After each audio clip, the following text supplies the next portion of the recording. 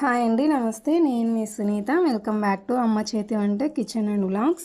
ఈరోజు వీడియో వచ్చేసి చాలా సింపుల్గా మన ఇంట్లో ఉండే వాటితోనే చాలా అంటే చాలా సింపుల్గా ఐస్ క్రీమ్ అనేది చేసి చూపిస్తున్నానండి. టేస్ట్ కూడా చాలా బాగుంటుంది.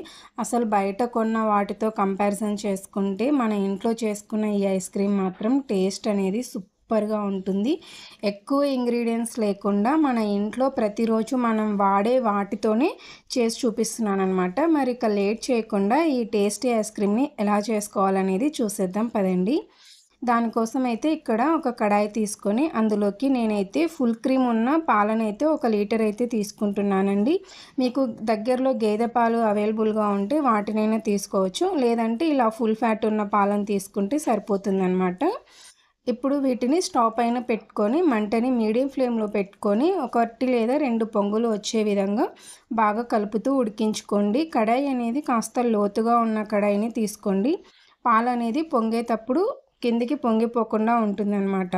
సో పాలు ఇలా ఒక 2 పొంగులు వచ్చిన తర్వాత ఒక 15 జీడిపప్పులు 15 బాదం పప్పులు ఒక గిన్నెలోకి తీసుకొని ఈ బాదం జీడిపప్పు అన్నీ కూడా మునిగేంత వరకు 3 టేబుల్ స్పూన్ దాకా పాలు వేసుకొని కాసేపు ఒక 10 నిమిషాలు నానబెట్టుకోవడానికి పక్కన పెట్టుకోండి. ఈలోపు పాలు అనేది మనం కలుపుతూ ఉడికించుకోవాలి అండి. పాలు అనేది గిన్నె అడుగు భాగం నుంచి కలుపుకోవాలి, లేదంటే కింద అడుగు పట్టే ఛాన్స్ ఉంటుంది. అందుకనేసి కాస్త మందంగా ఉన్న గిన్నెని తీసుకున్నామంటే మనకి అడుగు పట్టకుండా బాగుంటుందన్నమాట. సో అలాంటి గిన్నెను తీసుకొని పాలు అనేది ఉడికించుకోండి. ఇక్కడ చూస్తున్నారు కదా, బాగా పాలు అనేది పొంగొస్తున్నాయి. ఇవి కాస్త ఉడికి దగ్గర పడేలోపు ఈలోపు మనము ఒక మిక్సీ జార్ తీసుకొని అందులోకి మనం నానబెట్టుకున్న బాదం జీడిపప్పుల్ని కూడా తీసేసుకోండి. అలాగే మంచి ఫ్లేవర్ కోసం 3 యాలకుల్ని వేసుకోండి. మీరు కావాలనుకుంటే ఇక్కడ వెనిల్లా ఎసెన్స్ని కూడా వేసుకోవచ్చు, బట్ నేనైతే యాలకులు వేస్తున్నానండి. హెల్తీగా చేస్తున్నాను కదా, సో అందుకనేసి మన ఇంట్లో అందరికీ అందుబాటులో ఉండే విధంగా యాలకులు వేసి మెత్తటి పేస్ట్ లాగా మిక్సీ పట్టి తీసుకోవాలి. ఇక్కడ వీడియో క్లిప్లో చూపిస్తున్నాను చూడండి. ఈ విధంగా అయితే మిక్సీ పట్టుకోవాలి. ఇన్ కేస్ మీకు పాలు అనేది తక్కువ అయ్యాయి అనుకుంటే ఇంకొంచెం పాలు వేసుకొనైనా మెత్తటి పేస్ట్ లాగా మిక్సీ పట్టి పక్కన పెట్టుకోండి. ఈలోపు మన పాలు చూడండి మంచిగా పొంగొచ్చేస్తున్నాయి. ఇలా పొంగు వస్తున్నప్పుడు గిన్నెలకి సైడ్కి అంటుకోకుండా అదంతా కూడా లోపలికి అనుకుంటూ మంచిగా కలుపుకోవాలండి. ఇలా పొంగు వచ్చిన తర్వాత మనం కలిపినప్పుడు గరిటెకు కూడా అంటుకుంటుంది కదా, సో దాన్ని అంతటిని కూడా పాలల్లోకి వేసుకుంటూ మంటని మీడియం ఫ్లేమ్లో పెట్టుకుంటూ కలుపుకుంటూ దాదాపుగా మనం తీసుకున్న లీటర్ పాలు అనేవి 1/2 లీటర్ వచ్చేదాకా ఉడికించుకోవాలి. అంతకంటే తక్కువ వచ్చినా కూడా పర్వాలేదు. పాలు అనేది ఈ విధంగా కాస్త 1/2 లీటర్ దాకా దగ్గర పడిన తర్వాత ఇప్పుడు మనం మిక్సీ పట్టి పెట్టుకున్న బాదం జీడిపప్పు పేస్ట్ ఉంది కదా, అదంతా కూడా వేసేసి ఎక్కడా కూడా ఉండలు అనేది లేకుండా మంచిగా కలుపుకోవాలి. మీకు ఇలా గరిటెతో కలపడానికి రావట్లేదు అనుకుంటే విస్కర్తో కలిపామంటే ఈజీగా కలిసిపోతుంది అనమాట. ఒకవేళ అక్కడక్కడ చిన్న చిన్న పాటి ఉండలు కట్టాయంటే మరేం పర్వాలేదండి. ఎంత వీలైతే అంత బాగా కలుపుకోండి. ఇలా ఉండలు కట్టకుండా ఉండాలి అంటే మిక్సీ పట్టుకునేటప్పుడు కూడా మెత్తగా మిక్సీ పట్టుకోవాలి. తర్వాత ఇక్కడ నేను వచ్చేసి 5 నుంచి 6 టీ స్పూన్ల దాకా పాలపొడి వేసుకుంటున్నానండి. మీ దగ్గర పాలపొడి లేకపోతే మన ఇంట్లో కార్న్‌ఫ్లోర్ ఉంటుంది. సో అలాగే కస్టర్డ్ పౌడర్ కూడా ఉంటుంది కదా, దాన్ని కూడా యాడ్ చేసుకోవచ్చు అనమాట. ఎవరైతే కార్న్‌ఫ్లోర్ కానీ కస్టర్డ్ పౌడర్ కానీ వేసుకుంటున్నారో వాళ్ళు గిన్నెలోకి తీసుకొని 2 నుంచి 3 టేబుల్ స్పూన్ దాకా తీసుకొని అందులోకి పాలు వేసుకొని ఉండలేమీ లేకుండా కలుపుకున్న తర్వాత ఈ పాలల్లోకి వేసుకోవాలండి. తర్వాత 4 టేబుల్ స్పూన్ల దాకా పంచదార వేస్తున్నాను. నాకైతే ఇక్కడ 4 టేబుల్ స్పూన్ల పంచదార అయితే కరెక్ట్గా సరిపోయిందండి. ఎవరికైతే పంచదార ఇష్టం ఉండదో వాళ్ళు బెల్లం కూడా వేసుకోవచ్చు. బెల్లం వేసుకోవాలి అనుకుంటే పాలు అనేవి పూర్తిగా చిక్కబడిన తర్వాత బెల్లం అనేది బాగా కరిగించి ఆ తర్వాత ఇందులో వేసుకుంటే సరిపోతుంది. ఇక్కడ చూస్తున్నారు కదా, పాలు అనేవి బాగా దగ్గర పడ్డాయండి. ఇలా దగ్గర పడిన తర్వాత మనం స్టవ్ ఆఫ్ చేసుకుంటే సరిపోతుందండి. ఇవి చల్లారిన తర్వాత ఇంకొంచెం దగ్గర పడుతుందనమాట. ఇది చల్లారుతున్నప్పుడు మధ్య మధ్యలో మనము 2 నిమిషాలకు ఒకసారి ఇలా పాలపైన మీగడ అనేది అంటుకట్టకుండా ఉండడం కోసం కలుపుతూ ఉండాలి అండి. ఇక్కడ పూర్తిగా చల్లారిపోయింది నాకైతే. సో ఇలా పూర్తిగా చల్లారిపోయిన తర్వాత మనం ఏదైతే బాదం జీడిపప్పు మిక్సీ పట్టి తీసుకున్నామో అదే మిక్సీ జార్లోకి ఇందులోకి సగం దాకా వేసుకుంటున్నానండి. మీరు కావాలంటే ఒకే పెద్ద మిక్సీ జార్‌లోకైనా తీసుకోవచ్చు. నేనైతే ఇక్కడ ఈ మిక్సీ జార్‌లోకి తీసుకొని మెత్తటి పేస్ట్ లాగా మరోసారి మిక్సీ పట్టుకోవాలండి.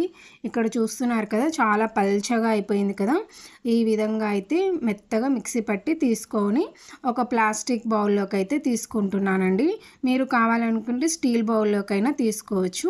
ఇదే విధంగా మిగిలిన వాటిని కూడా రెండో బ్యాచ్ కింద మిక్సీ పట్టి తీసుకుంటున్నాను. మీరు ఎంత వీలైతే అంత మెత్తగా మిక్సీ పట్టుకొని తీసుకోవాలండి. తర్వాత దీనిపైన మనకి అల్యూమినియం ఫాయిల్ ఉంటుంది కదా! అది పెట్టుకుంటున్నాను. ఎవరి దగ్గర అయితే అల్యూమినియం ఫాయిల్ ఉండకుంటుందో వాళ్ళు ప్లాస్టిక్ కవర్ అయినా పెట్టుకోవచ్చు. లేదంటే శుభ్రంగా పిండి పెట్టుకున్న కాటన్ క్లాత్‌ని కూడా పెట్టుకోవచ్చండి. మరేం పర్వాలేదు. తర్వాత బాగా మూత పెట్టేసి మనం డీప్ ఫ్రిడ్జ్‌లో 6-7 గంటలు పెట్టుకున్నామంటే మంచిగా గడ్డ కట్టేస్తుందనమాట. ఐస్ క్రీమ్ అనేది మంచిగా తయారవుతుంది. తర్వాత ఇప్పుడు నేను 6 గంటల తర్వాత తీసి చూపిస్తున్నాను చూడండి. చూసారు కదా! చాలా అంటే చాలా చక్కగా అయితే రెడీ అయిపోయింది. చూడండి ఎంత గట్టిగా అయిపోయిందో.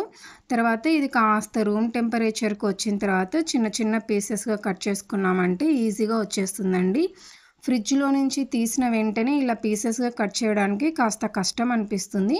ఒక 2, 3 నిమిషాలు బయట పెట్టి ఆ తర్వాత కట్ చేసామంటే చాలా ఈజీగా వచ్చేస్తుందనమాట.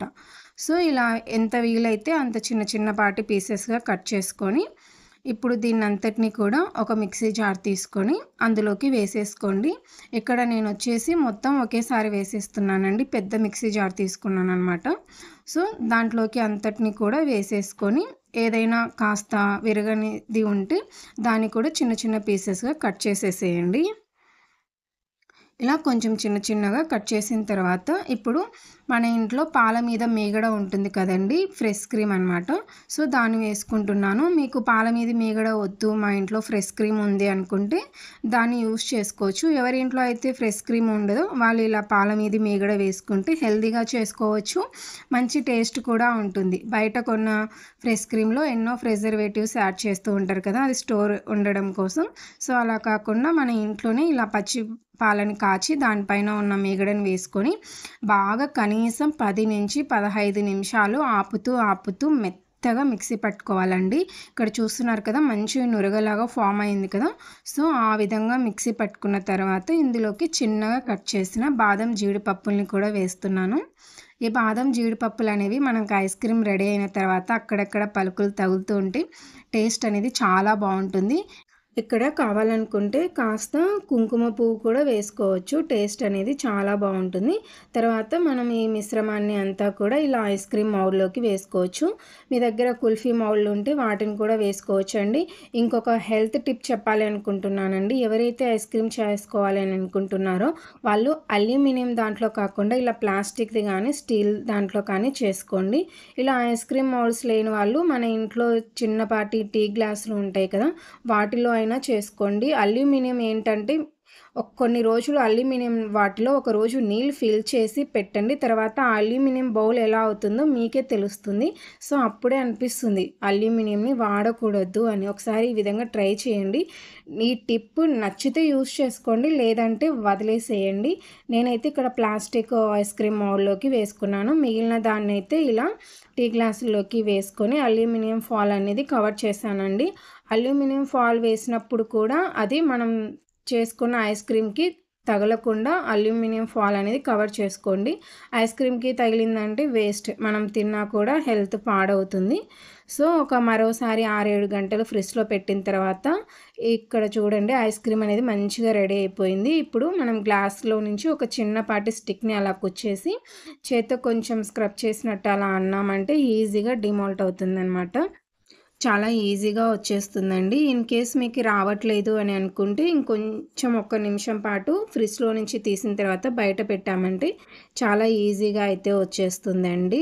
ఒకవేళ మీరు ఫ్రిడ్జ్ టెంపరేచర్ సరిగ్గా పెట్టలేదు, ఐస్ అనేది ఫామ్ అయ్యే అంత టెంపరేచర్ పెట్టలేదనుకున్నా కూడా ఐస్ అనేది రాదండి.